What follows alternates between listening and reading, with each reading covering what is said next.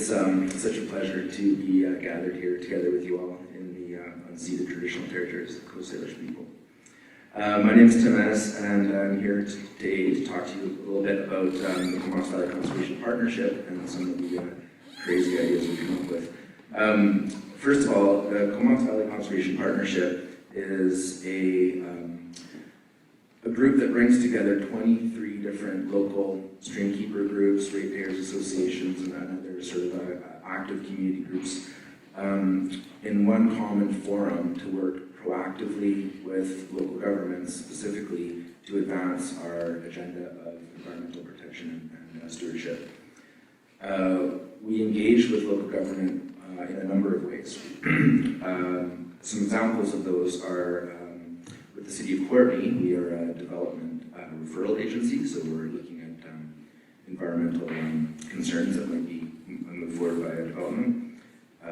But we also participate in a number of different public advisory bodies,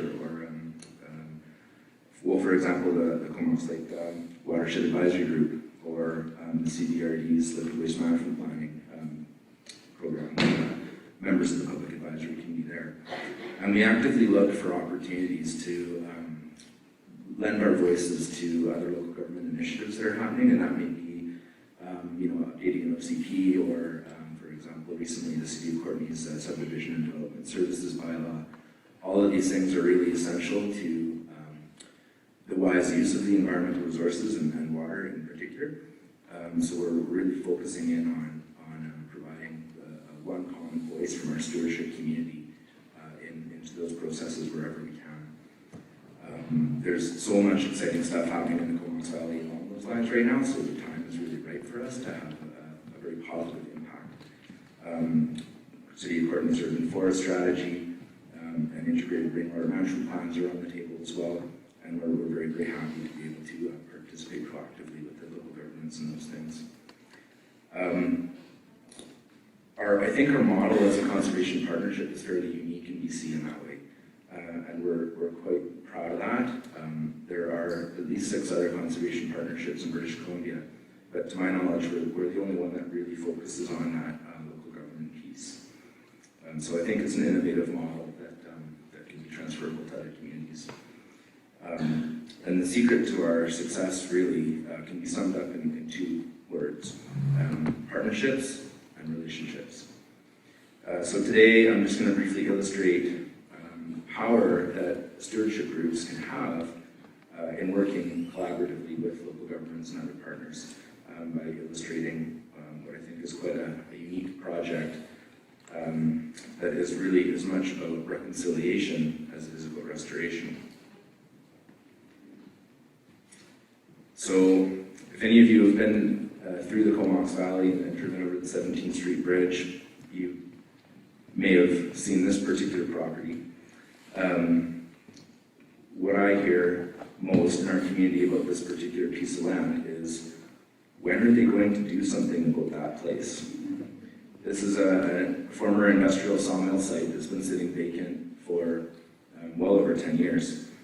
And it's admittedly probably the biggest eyesore in the whole Comox Valley. It went from being the single biggest employer in the Comox Valley to one of the biggest real estate problems in the Comox Valley. And so one of our local stewardship groups that's really engaged with the conservation partnership is called Project Watershed. And as of late, Project Watershed has been mostly focused on intertidal and marine and nearshore restoration projects.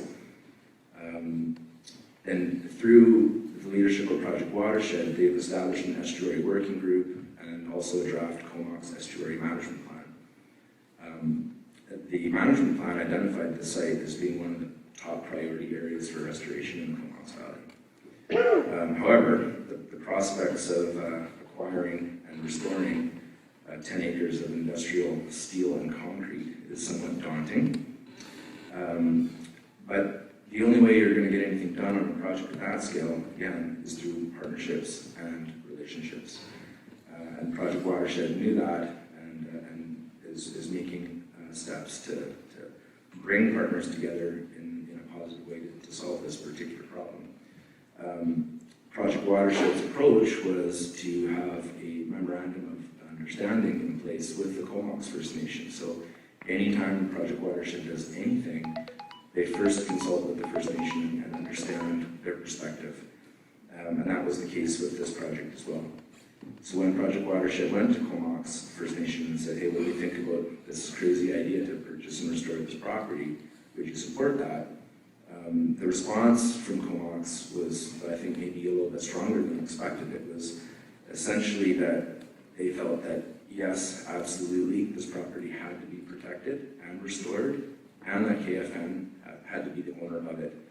And they felt so strongly because this particular area is really sensitive to them from a traditional fisheries perspective, but also it was a cemetery, essentially, traditionally. And so there's a real spiritual connection to this piece of property. So building off the success of the CDCP and its relationships with local governments, Project Watershed was then able to go and talk to the City of Courtenay and say, hey, what do you guys think about this idea? Because this property is in the City of Courtenay. And the city was extremely positive as well and decided to come on board as a major partner. So what we've essentially accomplished here is a partnership between a local environmental organization, the First Nations, a local government, and a multinational law corporation to come together around this project.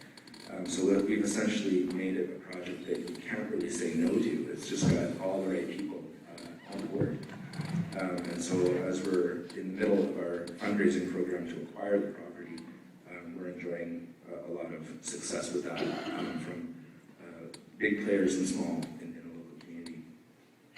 So just in a nutshell, the top left photo shows the property when it was an active sawmill site, whereas the bottom is sort of an artist's rendition of where we plan to go with the restoration project, where we will go with the restoration project. So the property as it stands now has a number of problems associated with it, including exacerbating floodwaters.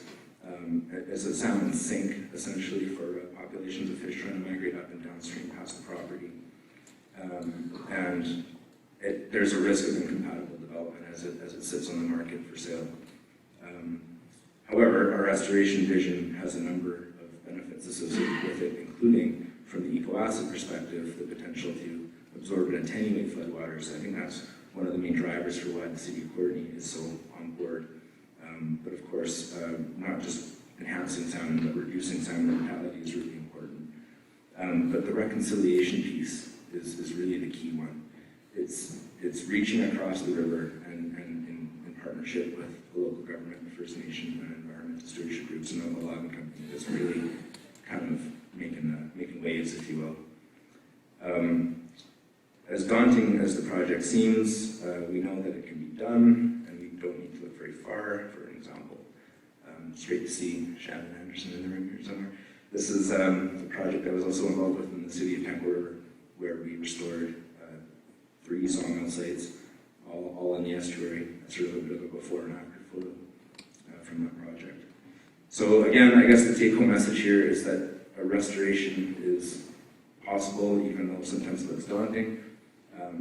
But restoration and reconciliation together is a fantastic model for success. So focus on partnerships and relationships is what I would hope you take away. Thank you.